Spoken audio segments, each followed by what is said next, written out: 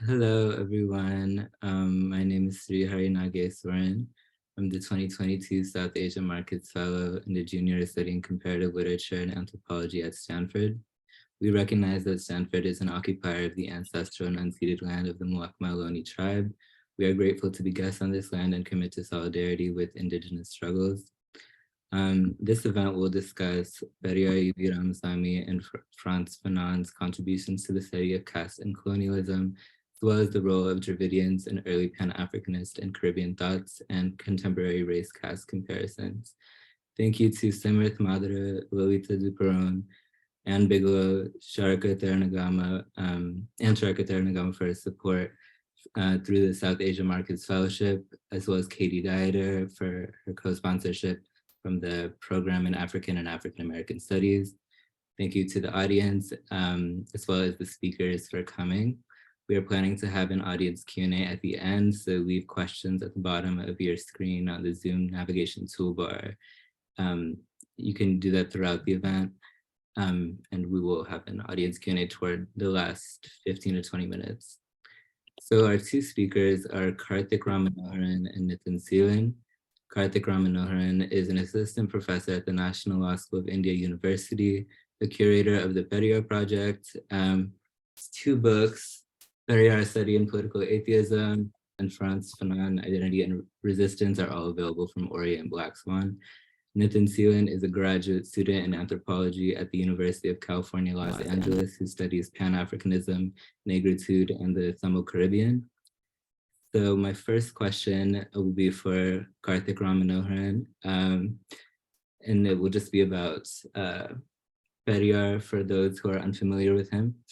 So my question is, what were Periyar E.V. Ramasamy's ideological contributions to the national anti-caste movement spearheaded by B.R. Ambedkar?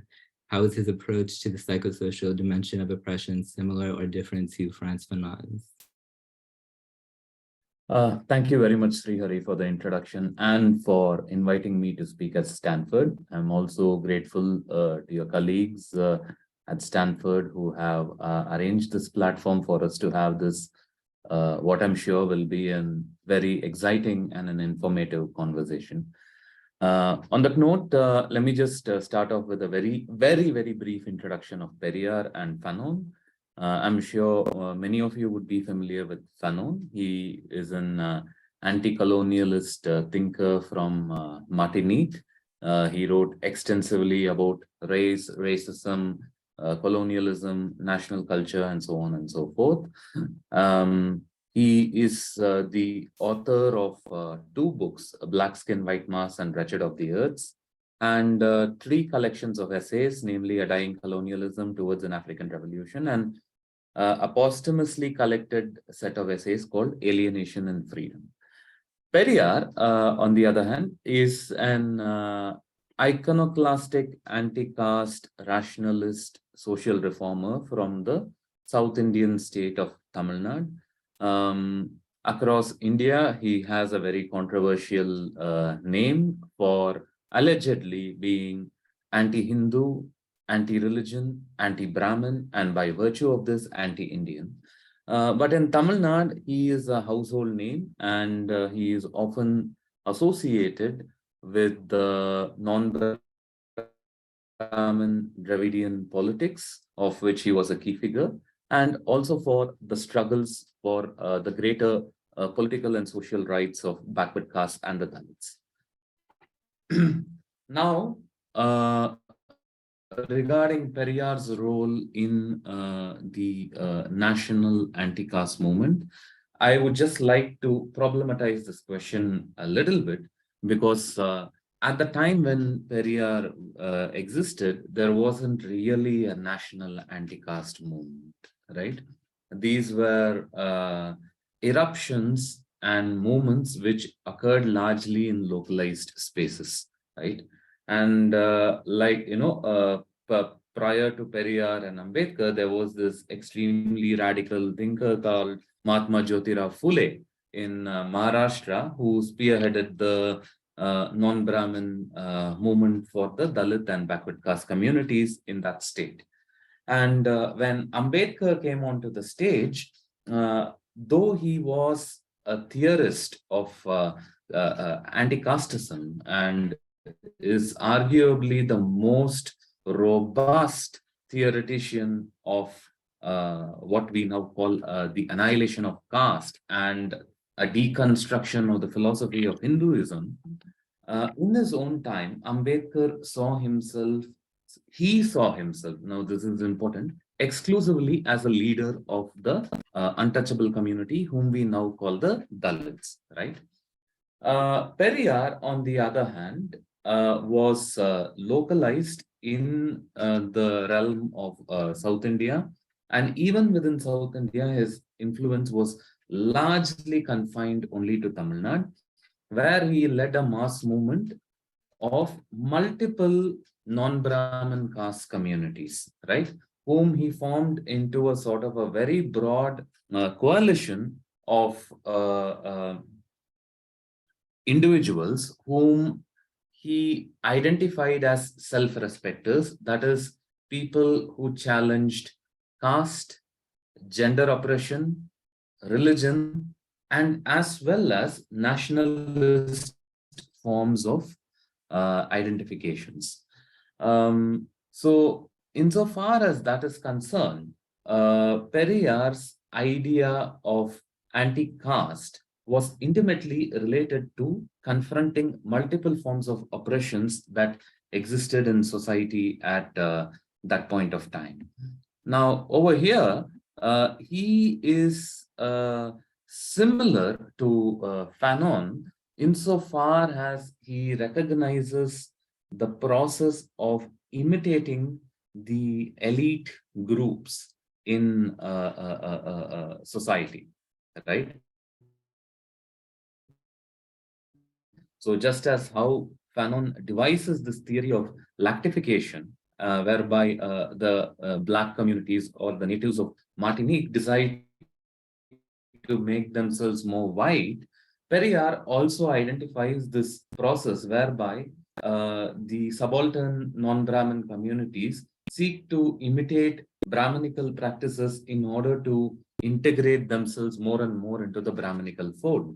But what Periyar instead wanted to bring about was this alliance of these multiple subaltern non-Brahmin communities, be it the other backward caste, the most backward caste, or the Dalits, as a broad coalition which he called the self-respecters of the Dravidian movement.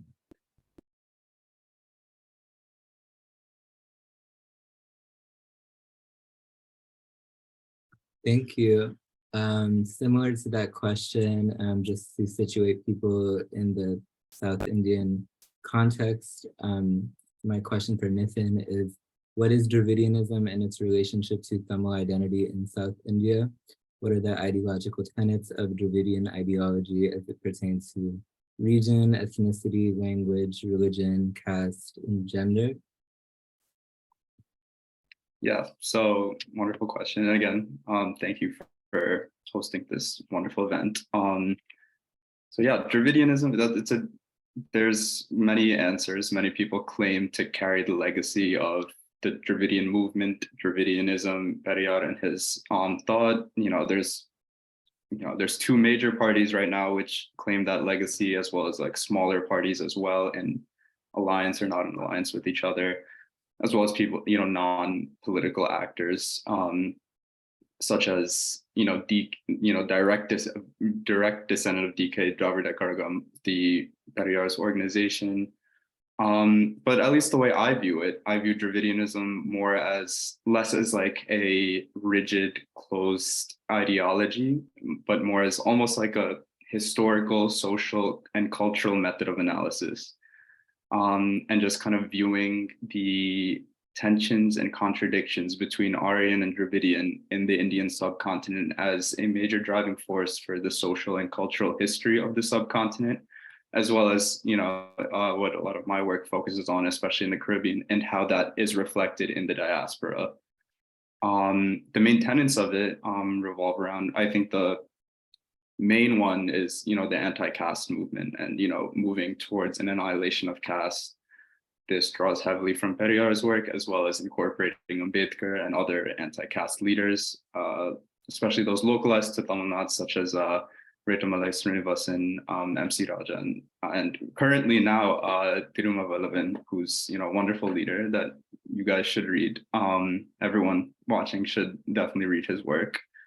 I do think that it has been Dravidianism, like I said, doesn't quite have one answer, but I do think both proponents and opponents of the ideology have kind of misconstrued it as just a Tamil nationalism, a pure linguistic nationalism, whether it be Tamil nationalism or Dravidian linguistic identity. Whereas I would argue that these ideas promoting Dravidianists extend to, for example, many North Indian Dalits who one could argue hold Dravidian culture and practice that, but like Dr. Manoharan said, try to emulate the Aryan customs that are more prevalent within even non-Brahmin upper castes in those regions. Yeah, and then there's more. It incorporates a lot of Marx and class conflict, especially recently with Tiruma Vallavan and Anudure, more recent leaders. Gender is also a big part of it. Periyar wrote extensively about gender. Classic text is Why Were Women Enslaved, translated. And in this, he goes on about domestic labor and the role of Brahminical societal norms surrounding marriages, weddings, and its role in the enslavement and forced and gendered labor of women.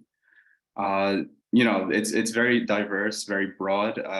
You could spend a lifetime studying it, so it's hard to kind of answer that in a few minutes. But I do think those are the main tenets of the ideology, or like I said, method of analysis. Yeah, thank you. Thank you both for simplifying, obviously, what is a very difficult topic to understand. And I agree, like something that can be studied for a lifetime. My third question will be for Karthik. As you've mentioned in your past work, the rise of Hindu nationalism in India is a testament to the failings of decoloniality without de-Brahminization. How might Pan-Africanist approaches to colonialism contribute to the study of decoloniality in the Indian context? Okay, thank you. See, now, when we should also realize there is no single Pan-Africanist approach to decoloniality, right? Because the approach of Césaire and Fanon sort of is different from that of Leopold Senghor, right? And likewise, that of Amilcar Cabral and Thomas Sankara is different from that of Fanon, right? Now, in Fanon's understanding, in my reading, decolonization is to imagine a completely different form of, what shall I say, state structure, which is different from the classical European nation state paradigm, right? And the manner in which he goes about it, try to move from a national consciousness to an international consciousness and so on and so forth, is in somewhere reflected in more recent scholarships like those by Mahmoud Mamdani. If you look at his Neither Settler, Non-Native, this idea that decolonization must try to disentangle the nation from the state and try to imagine forms of community other than the ethnicity or religion-based nation is a very core component of Fanon's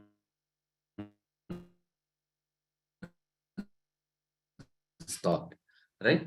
Whereas Sankara, decolonization is inseparable from Marxism, or to them, to put it more bluntly, decolonization is third world Marxism. And you can find this again reflected in later thinkers like Samir Amin and so on. Unfortunately, when it comes to India, the most vocal votaries of decoloniality have been the cultural nationalists, right?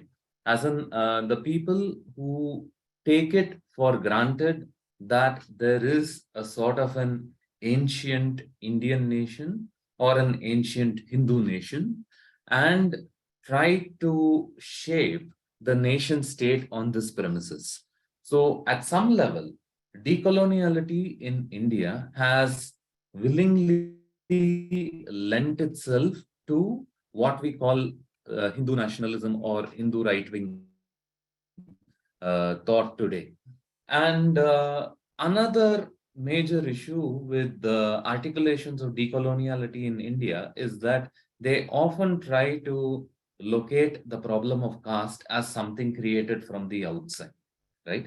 Now, there is very good scholarship, both from, Dravidian scholars, Dalit scholars, Ambedkarite scholars, and many others who note that colonialism was not responsible for caste, right? Let us be clear about it. Colonialism was not responsible for caste.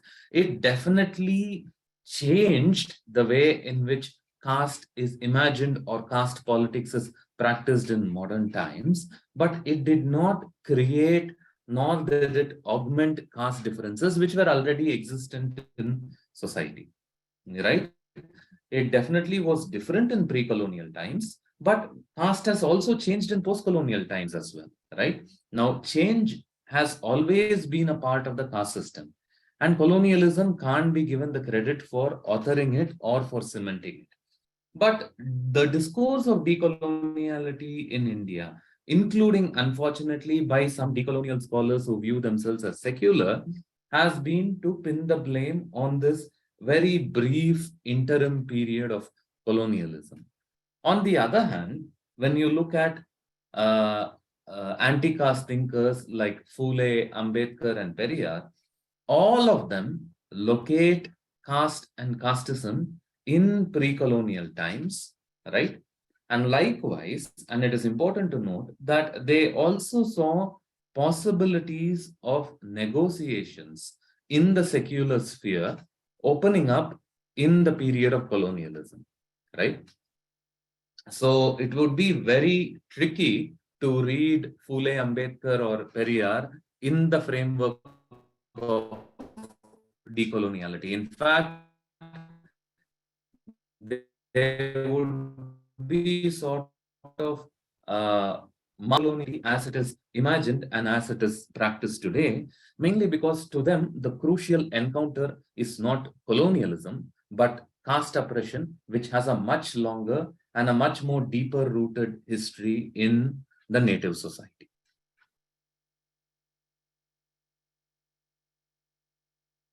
Thank you. That was very comprehensive, and I also did really appreciate the differences you drew between the different Pan-Africanist scholars. And just staying in line with that topic, my next question for Nithin will be about Senghor and Du Bois, and Cesar specifically. So Leopold Senghor, a Pan-Africanist socialist and the first president of Senegal, drew cultural similarities between Dravidians as understood anthropologically and Africans in his work for the September 1974 issue of the Journal of Tamil Studies. He and W.E.B. Du Bois claimed Dravidians as central to the Negritude and Pan-Africanist movements, respectively, even while Creolists in the Caribbean critique Negritude founder Aimé César's ignorance of the Tamil paradox regarding Tamil Martinicians. Could you explain a bit more about how Dravidians fit into earlier conceptions of Pan-Africanism as well as the present-day implications of this? Yes, building off of what Dr. Manoharan said, there was plenty of diversity, even within these currents in what was thought. But, what I'm currently researching is the place of the Dravidian in all of them. And many of these currents wrote extensively, like to the point where, Senghor was publishing entire journal articles about it. Cheikh Anta Diop, the kind of pioneer of Afrocentricity in academia, wrote, sections on the Dravidian as well. Notably, it's very uncommon to see them write Dravidian. It's always attached with Black. They always say Black Dravidian. Just going in order of what you said. So Senghor was extremely invested in this Afro-Dravidian project. He viewed Africans and Dravidians as not as allies. He says, paraphrasing here, but the interest is not in the convergence of the Black Dravidian and the Black African, but the kinship, implying that it's one kind of, there's affinity that is not, manufactured. It's a natural kind of like bond between brothers almost. He was a sociologist by training, so he attacked it from like a cultural lens, finding similarities between West African, particularly as he was from Senegal, and South Indian culture. For example, snake worship. He drew linguistic parallels between Wolof and several Dravidian languages.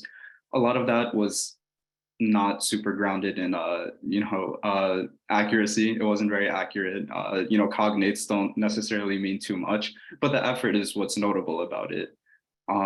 Similarly, at the same time, Cheikh Anta Diop, who was, a political opponent, epistemological opponent of Senghor as well, also focused on the idea of the Black Dravidian. In his work, he, again, paraphrasing, he mentions that it would be anti-scientific to encounter a Dravidian anthropologically and then conclude that the Negro is absent within him. That's almost a direct quote, just off the top of my head. He was also very invested and viewed Dravidian civilization as, a kind of like splinter or migration of African civilization, with both sub-Saharan African civilization and Dravidian civilization being, descendants of Egyptian civilization, which was the basis of much of his work. Du Bois as well, talked extensively about it. And I think his view on it, he didn't write as extensively as the other two on the role of the Dravidian, but I think the little that he has written ties very well into what I mentioned with the last question about Dravidianism being like a certain method of analysis and epistemology rather than, purely just a political ideology or, some sort of linguistic nationalism. And, this was one of his later works, The World and Africa in Color and Democracy. When Du Bois was firmly in his Pan-Africanist, Black internationalist academic phase of his life, he says that the history of India was laid by the Black Dravidian. He says India, until the time he was writing it, the entire history, the foundation of Indian history is the history of the Black Dravidian. And then he says that, the white Aryan invaded, and, he cites the Rig Veda and, other ancient Sanskrit texts, and talks about how, those histories were a history of the white Aryan subjugating the Black Dravidian.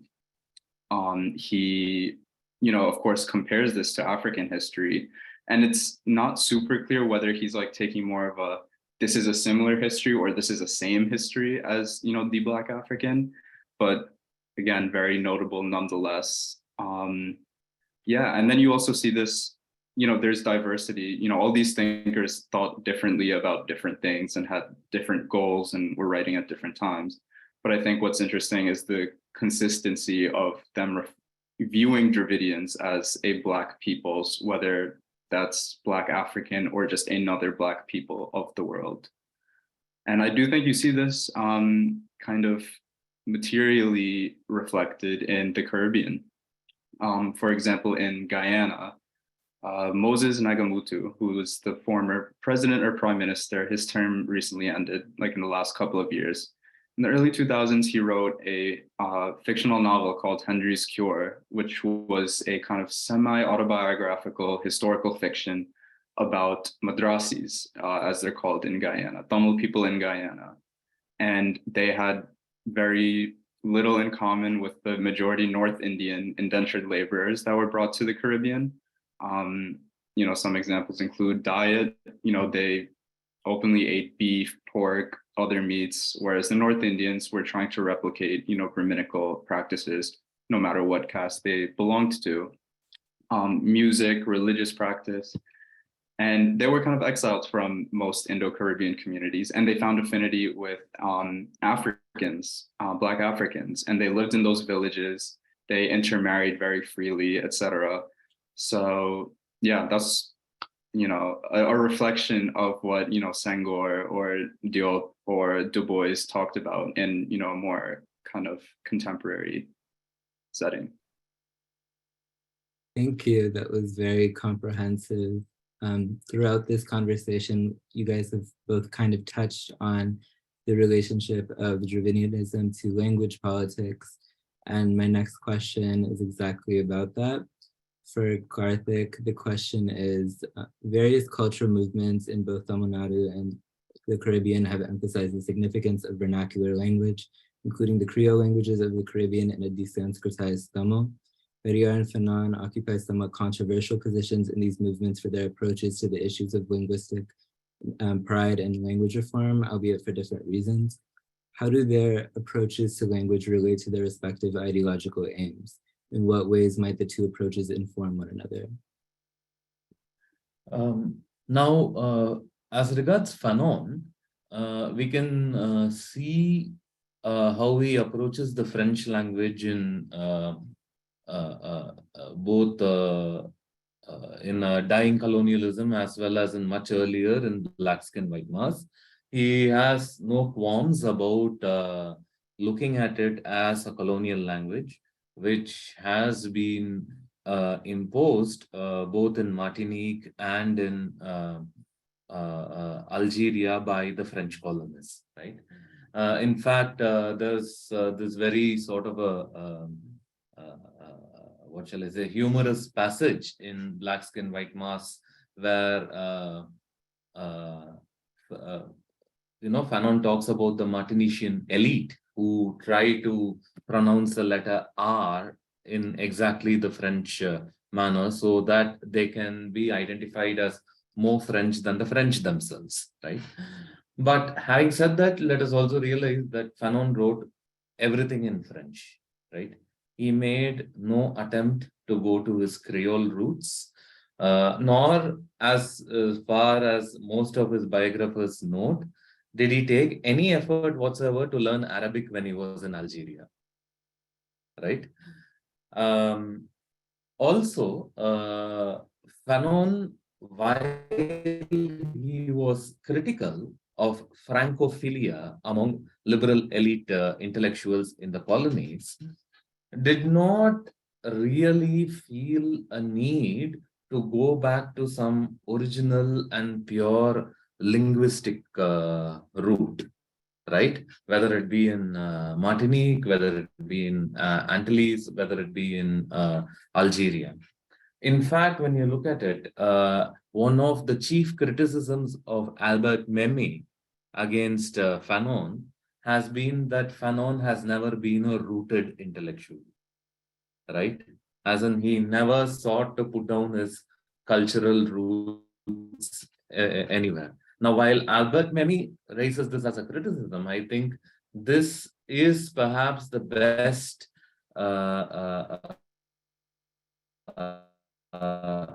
testimony to the broad-mindedness, or in fact, you could even say the universality of Fanon as an radical thinker. And there is a sort of a similarity in Periyar as well, whom Nithin earlier as a Tamil nationalist movement. And if there's one key thinker who has to be given the credit for it, I would say it is Periyar, right? Because in the 1920s, 30s, there were attempts to Tamil nationalize Dravidianism, right? To view Dravidianism purely in terms of cultural, ethno-linguistic identity, right? But it was, let's say, to a great extent, the campaign of Periyar and the self-respect movement that I won't say that it completely demolished cultural nationalist tones in Tamil Nadu, but it greatly diluted it, right? So that I would say is perhaps one of the reasons why the sort of what shall I say, this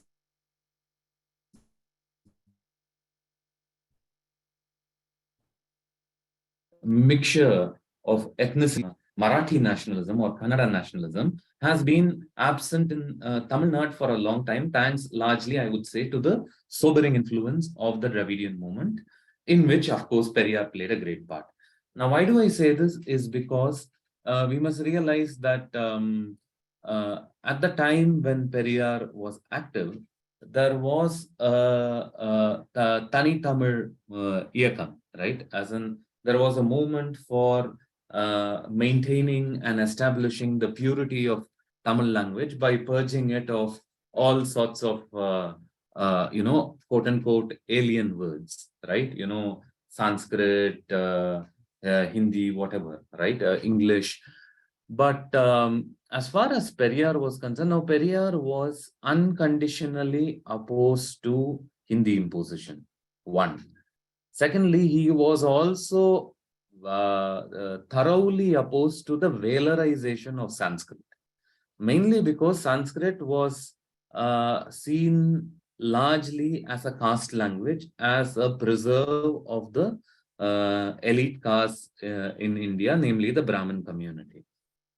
But while Tamil nationalists or the forerunners to Tamil nationalists like Marimalai Adigal viewed Tamil as a pure and divine language, Periyar had no place for this sort of imaginations, right? He was extremely critical of these attempts to displace the Brahminical gods and replace it with Tamil as a divine entity. So he says that he views the worship of language or nation to be no different from the superstitions associated with religion and gods, right? So even in 1967, by when his attitude towards the DMK has become very friendly. Now, we must always remember, because it is very easy in contemporary times to read Periyar as a sort of a thinker of the DMK's ideology, but many people should remember that from the point when the DMK was established till 1967, Periyar was its harshest critic, right? So when Periyar cooled with the DMK in 1967, he was still critical of their policies towards the Tamil language. So when Anna wanted to raise a statue for Kambar, the author of Kamba Ramayana, or when Kalaignar Karunanidhi wanted to organize a World Tamil Conference, Periyar called it in his usual, what shall I say, quite famous abuse. He called it Vengayam. He called it an onion, right? So he said that, basically there is no point in trying to appear rational if you are going to replace the religious form of superstition with a language-based superstition that, our own language is sacred or pure or whatever. To Periyar, he saw language purely as something to communicate one's ideas. And so far as a changing world was concerned, he believed that English must be compulsory as a language of education in the South Indian states, because it enabled people to embrace modernity and globality better. Now, there are definitely limitations of this argument, but having said that, he wanted to place a check on the rising Tamil nationalism in his times, and I think he pretty well succeeded at it. And that's probably the reason that Tamil chauvinism is till date sort of a marginal force in the state. Thank you. My final question for Nithin is on the subject of caste-race comparisons. So with the work of Isabel Wilkerson and Suraj Yangde, caste-race comparisons in the US have recently gained a lot of traction. To some extent, they have assisted non-Indians or non-South Asians in understanding caste and have been of use in efforts to push for caste as a protected category in a number of American universities. However, scholars such as Sumit Samos and Arjun Apadre have pushed against these comparisons being extended to India. What benefits or pitfalls do you see in these comparisons, and in what context are they most valuable? Yeah, thank you. So I personally am a little critical of, a lot of these frameworks. I think, they're not all the same, but a lot of them tend to be very kind of ideologically lazy, just kind of saying Dalits are the Black people of India. It's, a one-to-one thing. Brahmins are the white people. OBCs are Latino. Like I've seen that specifically said. Which doesn't further our understanding of either side of that, either race or caste, right? It's just kind of like an easy way out to kind of like, I can understand if like, in an interpersonal, if you're just talking to one person and you're just like kind of in passing saying it's like, oh, it's like, think about it like racism. It's like, some people are discriminated against, something like that. Okay. But I think, from an academic standpoint, I think it's important to understand race and caste as their own thing. I think it's a great disservice to the people who have theorized either one of those things to say that they're, of course they do have similarities. Phule, dedicated Gulamgiri, slavery, about the slavery of the Shudra to abolitionists in the United States. That these kind of convergences do exist. I'm not implying that they don't. But I do think that it's become like sort of like a pop academia thing to kind of, bring these frameworks where it's kind of like making this one-to-one comparison. And especially for caste and to, non-Indians, non-South Asians, people who aren't familiar with it, but may be familiar with race in the United States or the United Kingdom, I think it's the wrong way to approach it because it almost essentializes the identity of Dalit, the identity of Shudra, et cetera, et cetera. For example, like, if we're speaking in a United States context about race, Black is a relatively coherent identity, right? Of course, there are fissures along gender, color, ethnic background that exist. Whereas in India, Dalit is a political label that has gained traction over the past couple of decades for sure. But, it is still a very fractured group. Someone's caste is not necessarily Dalit. If you, look anywhere in India, these kind of splinters within groups exist. There's also the splinter between, OBCs and Dalits, and then within OBCs. And then, the whole point of caste is you're above someone and you're below someone, right? You don't have, when we're talking about race, we don't have that, kind of like extremely splintered, subgroup and subcaste and subcaste below that. I do think there is some, benefit, like I said, like as a very, very introductory thing. But I think past that, I think if we want to make that comparison, we have to understand them as their own distinct, systems of oppression. Yeah. Thank you. So now we can begin the Q&A part of the conversation. Our first question is from Karventa Kupasamy. Thank you to both the speakers for their illuminating responses. My question is to Dr. Manoharan. From your discussion so far, we see anti-caste thinkers like Periyar and Ambedkar wrestling seriously with social differences endemic to caste-based Indian society. Fanon, on the other hand, seems to work with a decolonial frame, privileging the unified national over the divisive social. What were Fanon's views toward differences within the colonized societies he was theorizing? Was he attuned to these differences? What are the promises and problems of bringing anti-caste thinkers and decolonial thinkers together? Okay, thank you. Now, regarding this, if we read Fanon uncritically, especially in the context of caste, he might turn up becoming a very dangerous thinker who more or less sort of ratifies the dominant decolonial narrative in India that, caste is a colonial creation and it was an instrument of the colonial divide and rule policy. In fact, there are passages in Fanon's Wretched of the Earth which might potentially lend themselves to such readings, right? For instance, he says that in one of the, I think it's the chapter on trials and tribulations of national consciousness. Now I'm just citing from memory, right? Where he says that all sorts of primordial, pre-national, tribal sort of differences get purged in the course of the anti-colonial struggle, right? Now, in a country like India, where diversity is not a celebrated value but an everyday social fact, such a reading can be potentially dangerous, right?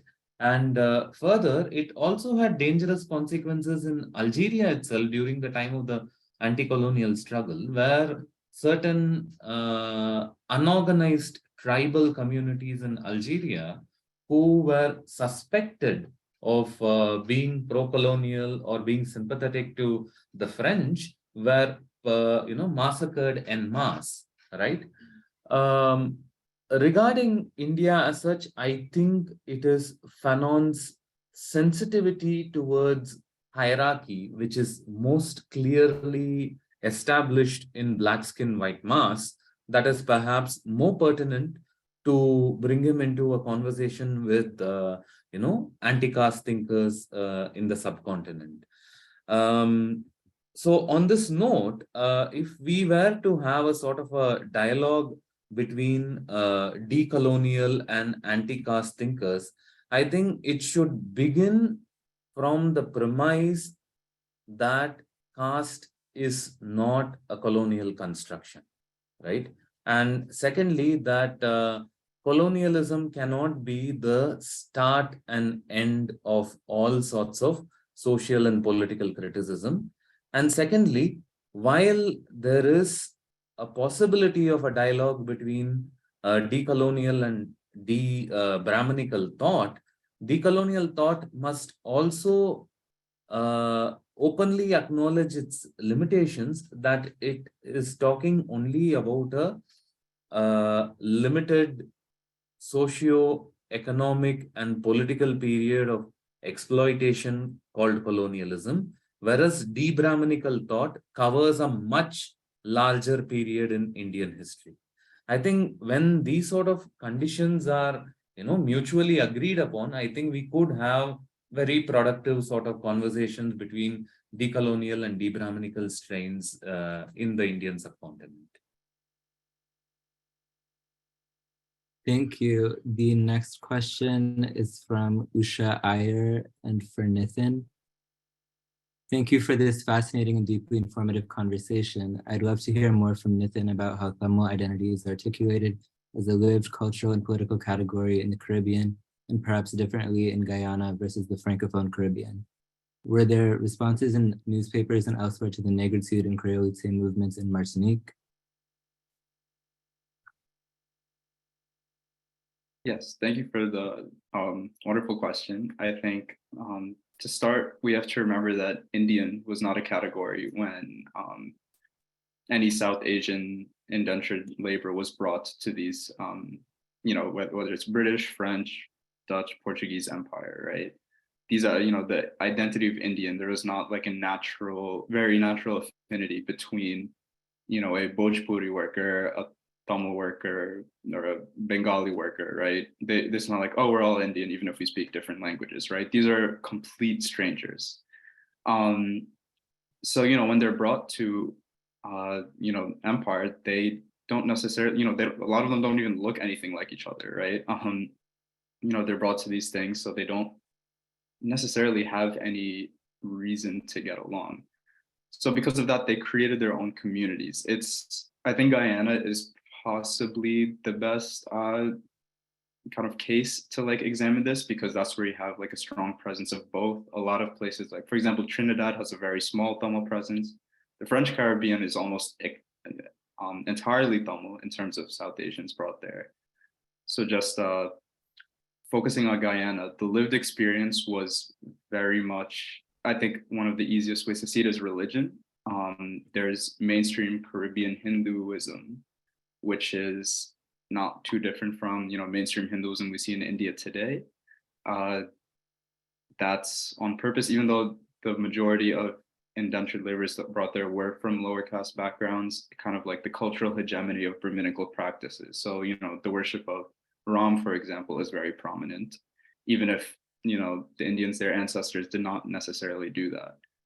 On the other hand, a Madrasi is signified. The first thing that kind of gives away is if they say they worship Kali. Now, there's debate over whether Kali is like a Dravidian, pre-Aryan, or Aryan deity, but it doesn't matter because Kali is actually just the name they gave to Mariamman, which is a distinctly Dravidian worship practice. Mariamman and other Amman worship practices. There's also, they all go by different names in different islands, but worship of Ramasamy, Murugan, like distinctly Dravidian identities. A lot of those practices revolved around things like divine possession, spiritual healing, animal sacrifice, those kind of practices, which were, very distinctly Dravidian and antithetical to Brahminical practice. Those actually overlapped a lot with African spirituality in the Caribbean. And, for example, a lot of this was similar to Orisha worship and other stuff like that. So a natural affinity was found there. And then also the drumming in these religious practices was very similar to the African drumming in their religious practices, which also seeped into just general music at funerals, weddings, whatever it is. So I think that's one of the most interesting sites, that kind of like religion and music intersection in seeing how Tamil identity was formulated in the Caribbean. Let me see, is there another point that I missed in there, or? I think that's yes, negritude and cruelty. So I think there's one good example of this. Aimé Césaire was Martinician and foundational thinker of negritude. And the Crayolists, one of their main critiques in their manifesto was what they called a Tamil paradox, and very distinctly Tamil paradox. Like that is the literal point in the manifesto they wrote. They say, Césaire like talks about blackness, but doesn't account for Tamils in Martinique, which, much of his kind of like contemporaries, his group, the people who was raised, like he was very involved in Tamil life in Martinique. And they critique him saying, Tamil people are very, in the case of Martinique, the Tamil and the African are very similar. They have similar lives. There's so much intersections. So they critiqued Césaire's formulation of negritude, saying there's a Tamil paradox to this. And you don't really see that in the Anglophone Caribbean because you have much more ethnic conflict between the Indians and Africans. Guyana's, a perfect example of this, where, Indians have become part of the bourgeois or petty bourgeois in these nations, whereas that's not the case in Martinique.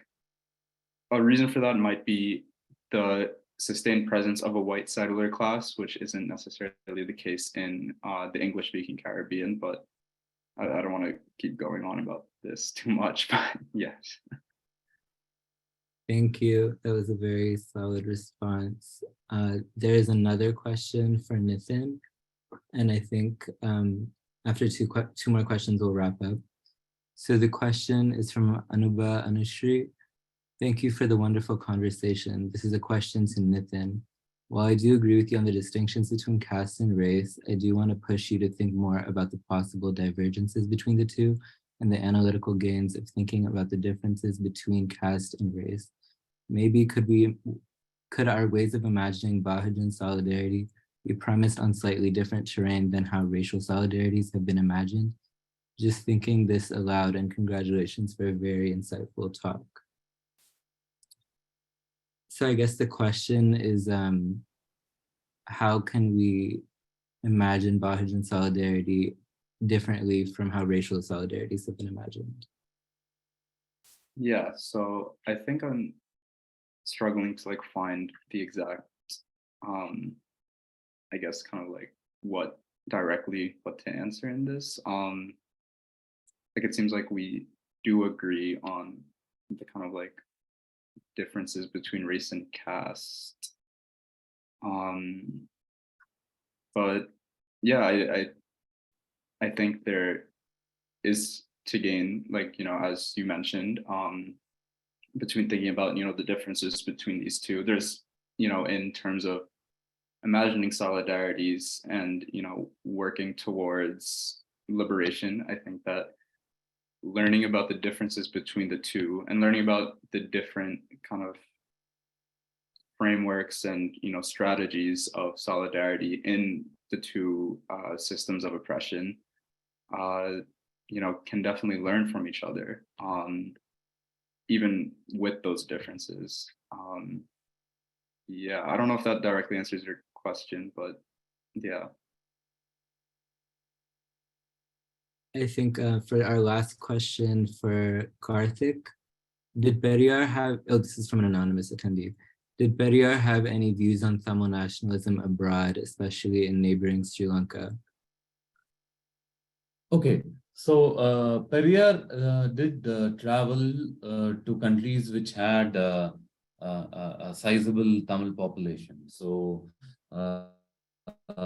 he visited Malaysia, right? He visited Sri Lanka, and I think he visited Singapore as well, though I'm unable to remember what he spoke over there. But in generally, in both in Malaysia and in Sri Lanka, he laid a lot of emphasis on what shall I say, challenging caste distinctions among the Tamil communities over there. And let us remember that Brahmins did not have a significant presence in either of these two communities, either in Sri Lanka or in Malaysia. But this puts, what shall I say, this criticism against Periyar that he was only opposed to Brahmin casteism and not casteism as such is actually challenged by several such incidents in his life, where he actually speaks to Tamils to shed all sorts of caste distinctions between them and not just challenging Brahmin supremacy, right? So his address to these communities as such was to build broader, to embrace a form of critical modernity, right? But with respect to the Elam Tamils particularly, S.J.V. Chelvanayagam, who's popularly known as Tandai Chelva, he met Periyar in the 1970s. I'm terrible with dates, right? He met with the Periyar in the 1970s and spoke with him about the problems in of the Tamils. The team was Appapillai Amrithalingam and few others as well. And Periyar said that the issue of the Tamils of Sri Lanka is something which the Dravida Karagam takes very seriously and will always extend its solidarity towards. Now, in Periyar's lifetime, the conflict in Sri Lanka hadn't escalated to a very great extent, right? But, and Periyar passed away in 1973. But after 1983, almost a decade later, after the Black July pogrom and the several acts of violence against the Tamil community, the Tamil resistance which emerged after and so on, you could see that a vast majority of the Tamil activists in Tamil Nadu who supported the cause of the Elam Tamils were from Periyarist or Dravidian movements, right? On the other hand, Tamil nationalists like Mapo Sivanyanam preferred to sort of toe the line which the Indian state was taking. So it was the Periyarists and the Dravidianists who took a line supporting the Elam Tamils, even to the extent of challenging the Indian state's narratives or its aims in geopolitics in that region. But of recent times, the recently emerging Tamil nationalist, chauvinist forces in Tamil Nadu seek to erase the sort of principled support which Periyarist and Dravidianist organizations extended to the Tamils of Sri Lanka, mainly because they do not advocate a form of xenophobic Tamil nationalism in Tamil Nadu, right?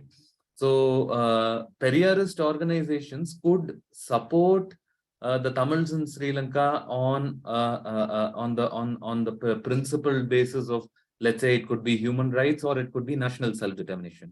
But it was based on some sort of political principles and not a form of narrow ethnic national chauvinism.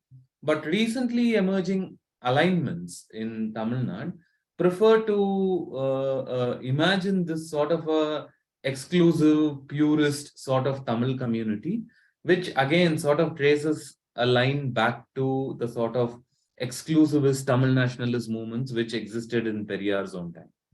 So we live in interesting times where Periyarism and Dravidianism is facing challenges from not just the Hindu nationalism and the Hindu right, but from Tamil nationalism and the emerging Tamil right as well. The verdict is still to be out. I think that's a good note to end the conversation. But thank you to both of the speakers again for your participation. This was a very interesting conversation and I learned a lot. Thank you for everyone who came and asked questions.